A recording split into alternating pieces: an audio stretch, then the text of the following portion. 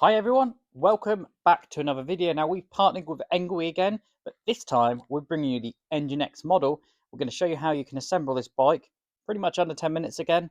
Let's get straight into the video. Okay, welcome everyone to the build of the ENGWE Engine X.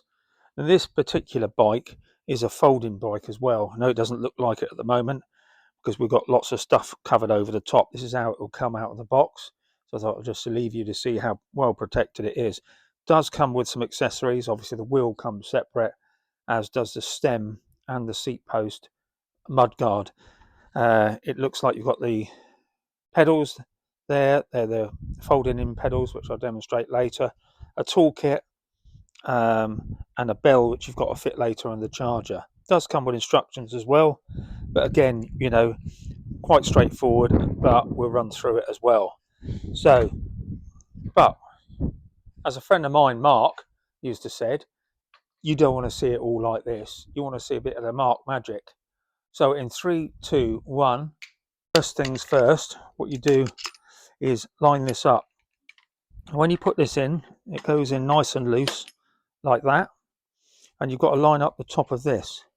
So where you've got the top of this handlebar here, it needs to be located, I would say, roughly in that direction, because here is where you're going to fit your handlebars. They're going to go across this way, and this is where the bike is going to fold down. Okay, so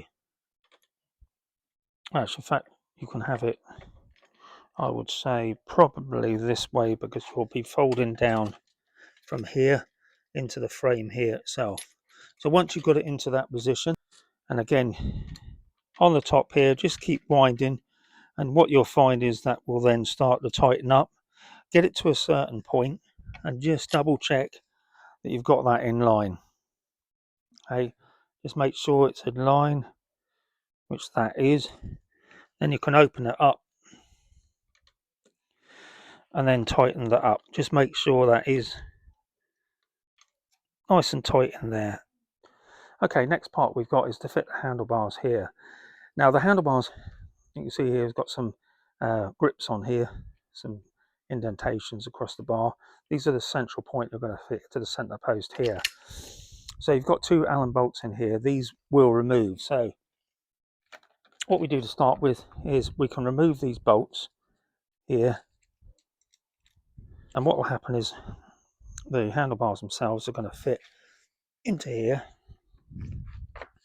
Just centralize them roughly where you're going to be. What I would do is just tilt them away from you to start with, so you can get the first bolt in.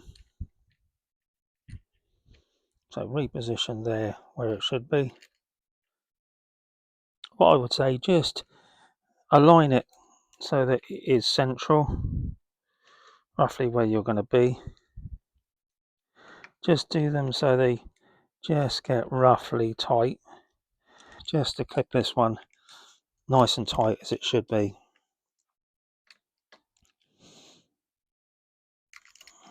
Okay, and just double check that's nice and tight in there. Now, okay, just one other thing with the seat post here. So with the stem itself, it has got another lock on the top here. So if you unlock that, this will then come out.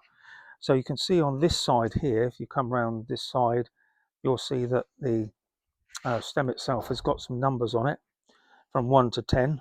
So what you want to do is just take it about, that's about the maximum height I want, no more than that. And again, depends on the height of the rider, and that's for you then to adjust when you do it. Just make sure that this is tight, nice and tight, before you continue. Go on. We have got one fixing point here, which again is adjustable. So this will fit in here. We've got an Allen key bolt in here. So with washer, don't forget the washer. And again, a little bit fiddly, but just start that off by hand.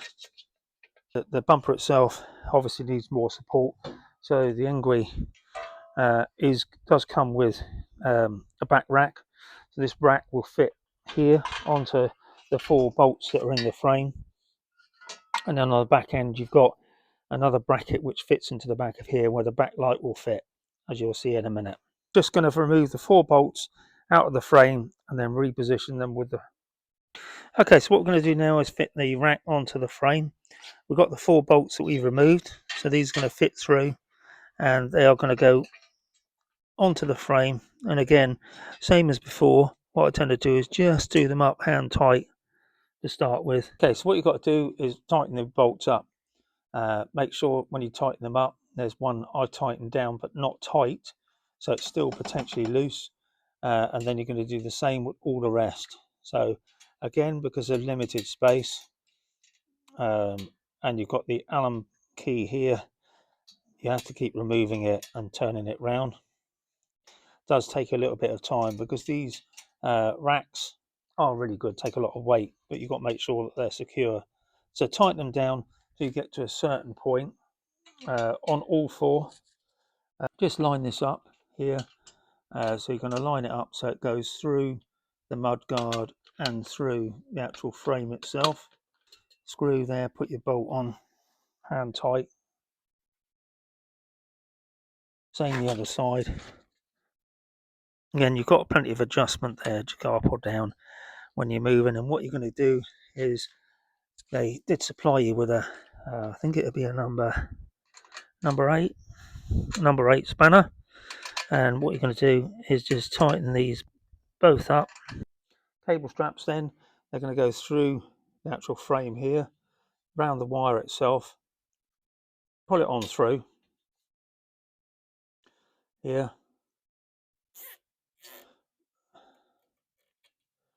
pull it nearly tight, just get the other one in as well, so you know you've got them in a position that you want. Okay, so we've got 3 points of contact for the mudguard here. So we've got a bolt either side here, that comes out, and you're going to fit these in here first, give it a little bit of stability. So again, just hand tight that in, that side, and you're going to do the same on the other side. To remove this bolt and then line the mudguard up ready to fit. And what you have got to do then is fit the front light. So the front light itself will fit onto the front of the mudguard as well, so that all goes through the same position here. This is all adjustable, so you can adjust the height, and you, on the back, you've got a washer and a nut to put on. So this particular nut is a lock-in nut as well, so you can hand tighten them here just to hold that in place. Hold the nut in position and then tighten up from this side. So what you're going to do is, with the wheel itself, this is removable. I've removed the bolts one side, sliding it in so that it fits between the brake calipers here, and on the other side it will line up here. So just be careful with all the bolts and the bits you're putting in,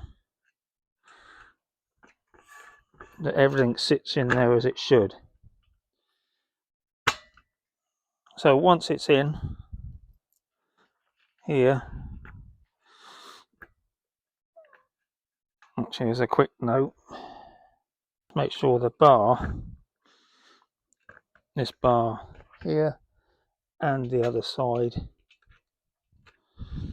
is located between the forks here and the brake discs. That is both sides. So if you come on this side, you'll see here that the washer goes into the frame. So you've got 2 washers. So you've got one washer with a little angle piece on it, that goes on first, that will clip into the frame. The second washer goes on, and then the bolt goes on. And again, with that, you can equal that up both sides. Just make sure you've got equal bits both sides. Get yourself a 15mm spanner, tighten up. So what you've got to check with this is that you have got sufficient play in the actual discs themselves.